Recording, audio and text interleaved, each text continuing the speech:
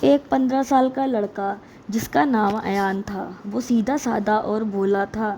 اس کے ماں اور باپ اب اس دنیا میں نہیں تھے۔ وہ اپنے نانا نانی کے پاس ایک قصبے میں پرانے سے مکان میں رہتا تھا۔ اسے چھت پر جانے کی اجازت نہیں تھی اور اس کی نانی نے اس سے کہا تھا کہ چھت پر جو کمرہ ہے وہ 100 سالوں سے بند ہے اور تالا بھی لگا ہوا ہے، تم کبھی بھی اس کمرے میں مت جانا۔ جب بھی وہ چھت کی سیڑھی چڑھتا تھا تو نانی کہتی تھی کہ تم چھت پر مت جایا کرو، پر بار بار منع کرنے پر اس کے من میں آتا کہ وہاں ایسا کیا ہے جو نانا نانی وہاں جانے کو منع کرتے ہیں۔ وہ روز چھت پر اس کمرے کے برابر والے چھوٹے سے اسٹور روم میں جا کر پڑھتا تھا۔ ایک دن جب اس کی نانی بازار گئی تھی اور نانا سو رہے تھے تو اس نے باتھ روم کے پاس میں رکھی چابی اٹھائی اور اس نے اس کمرے میں لگے تالے کو کھول دیا۔ ایک عجیب سی خوشبو کمرے میں پھیل گئی، جیسے مانو ہزاروں پھولوں کے جیسے چندن کی ہو، اندر دھول، جالے اور بکھری چیزیں بھی۔ پھر تم آ ہی گئے۔ ایان چونک پڑا، پلٹا اور دیکھا وہ کمرے کی کھڑکی کے پاس ایک لڑکی تھی۔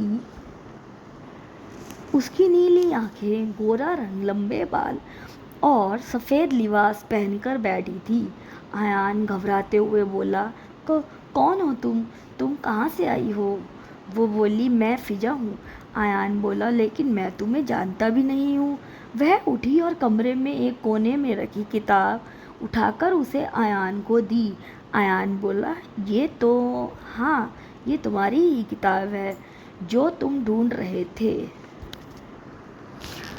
اب کمرے کا دروازہ بند ہو جاتا ہے، اس کے قریب آ جاتی ہے، وہ ڈر جاتا ہے۔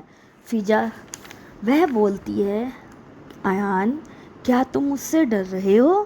ایان کہتا ہے، ہاں، تم انسان تو نہیں لگ رہی ہو۔ تم کون ہو؟ وہ بولی، میں جن جادی ہوں، اس کمرے میں بند ہوں بیتے 100 سالوں سے۔ تم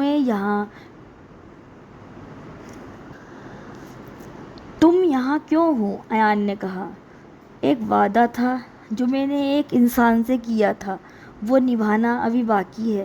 میں چاہتی ہوں کہ تم مجھ سے روز ملنے آؤ گے، ہمارے یہ رشتہ دنیا کی نظروں میں چھپا رہے گا۔ ایان نے ڈرتے ہوئے پوچھا، کیا میں یہاں پھر آ سکتا ہوں؟ فضا مسکرائی، اگر تم چاہو تو میں تمہیں وہ سب دکھا سکتی ہوں جو تمہاری دنیا سے پرے ہے، لیکن ہر چیز کی ایک قیمت ہوتی ہے۔ ایان، کیسی قیمت؟ یہ تم دھیرے دھیرے خود سمجھ جاؤ گے۔ اور وہ دھیرے دھیرے اندھیرے میں گم ہو گئی اور ایان نے دروازہ بند کر دیا۔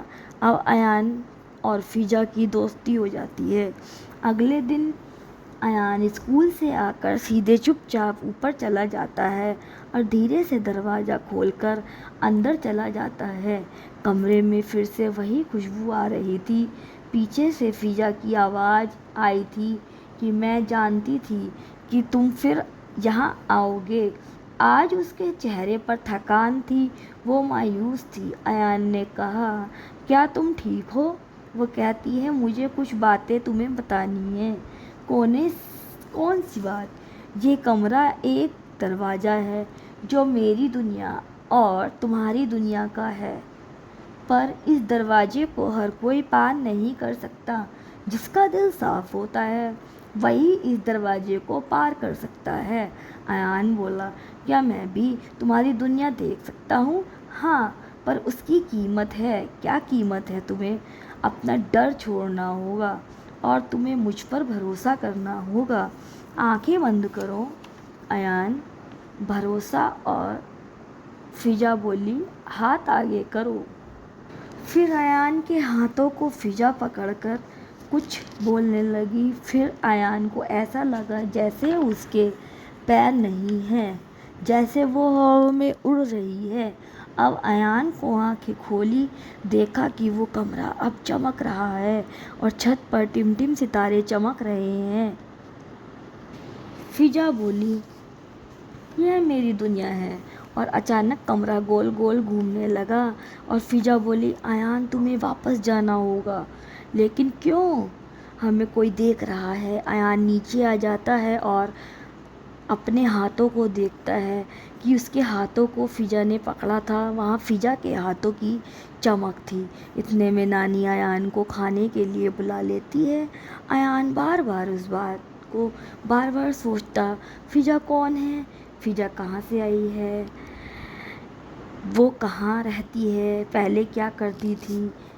اور یہ سوچتے سوچتے سو گیا۔ اگلے دن وہ پھر سے اوپر کمرے میں گیا تو وہ دیکھتا ہے کہ وہاں فضا نہیں، وہاں 7 فٹ لمبا آدمی جس نے کالے رنگ کا چولا پہنا تھا اور اس کی آنکھیں لال تھیں۔ ایان بولا، تم کون ہو اور فضا کہاں ہے؟ وہ بولا، میں ہوں جالم، میں اس دنیا کا ہوں، لیکن تم اس دن فضا کے ساتھ ہماری دنیا میں آ گئے جہاں انسانوں کا آنا منع ہے، اس لیے فضا اور تمہارا دونوں کے لیے وہ دروازہ بند ہو جائے گا۔ سنو ایان، جالم کی آواز تیز ہو گئی، اب تم ایک بار اس دنیا میں گئے تو تم وہاں سے واپس لوٹنے کی گارنٹی نہیں ہے، اور فضا بھی تمہیں بچا نہیں سکتی، بھول جاؤ اسے، وہ ہماری دنیا کی امانت ہے۔ ایان بولا، امانتوں کو تو قید نہیں کیا جاتا جالم، محبت جب جنم لیتی ہے تو وہ سرہانے اور دروازے نہیں دیکھتی۔ مجھے فرق نہیں پڑتا اگر راستہ مشکل ہے، مگر میں اپنی دوست کو نہیں چھوڑوں گا۔ جالم کی آنکھیں اور لال ہو گئیں۔ جالم بولا، اب تمہیں پریکشا دینی ہوگی، صرف دل کی نہیں، جان کی بھی۔ اگلی بار دروازہ کھلے گا، وہ فضا نہیں ہوگی وہاں، لیکن وہ چیز ہوگی جس سے فضا بھی ڈرتی ہے۔ وہ بولا، کیا مطلب؟ یہ تم خود جان جاؤ گے، اور دیکھنے کے لیے تیار رہو۔ اچانک ہوا چلی، کمرہ ویسا پرانا ہو گیا، دروازہ بھی بند ہو گیا اور ایان نے اپنے آپ کو بستر پر لیٹا پایا۔ اگلی رات 2 بجے ایان پھر سے اس کمرے میں گیا۔ کمرے میں اندھیرا تھا۔ وہ آواز دے رہا تھا، فضا فضا، کوئی جواب نہیں ملا۔ اچانک کمرے کا دروازہ زور سے بند ہو گیا اور پھر ایک بار کالا سایہ، اس کی شکل بھی نہیں تھی۔ وہ ڈر گیا۔ فضا کو چاہتے ہو؟ ہاں، میں اس کی پرواہ کرتا ہوں تو تم اس کی جگہ لے لو، وہ تمہیں اس قید سے باہر نکال سکتے ہو۔ اگر تم اس کی جگہ اندھیروں کے ساتھی بن جاؤ۔ کیا مطلب؟ ایان بولا، فضا ایک جنجادی ہے، اسے سزا دی گئی تھی، اس نے انسانی دنیا کی حدیں پار کی تھیں، یہ کمرہ اس کا قید خانہ تھا۔ اگر اب اس کی جگہ کوئی لے لے تو وہ آزاد ہو جائے گی۔ فضا بولی، ایان تم ایسا مت کرنا، میں اپنی سزا خود بھگت لوں گی، تم ایسا مت کرنا۔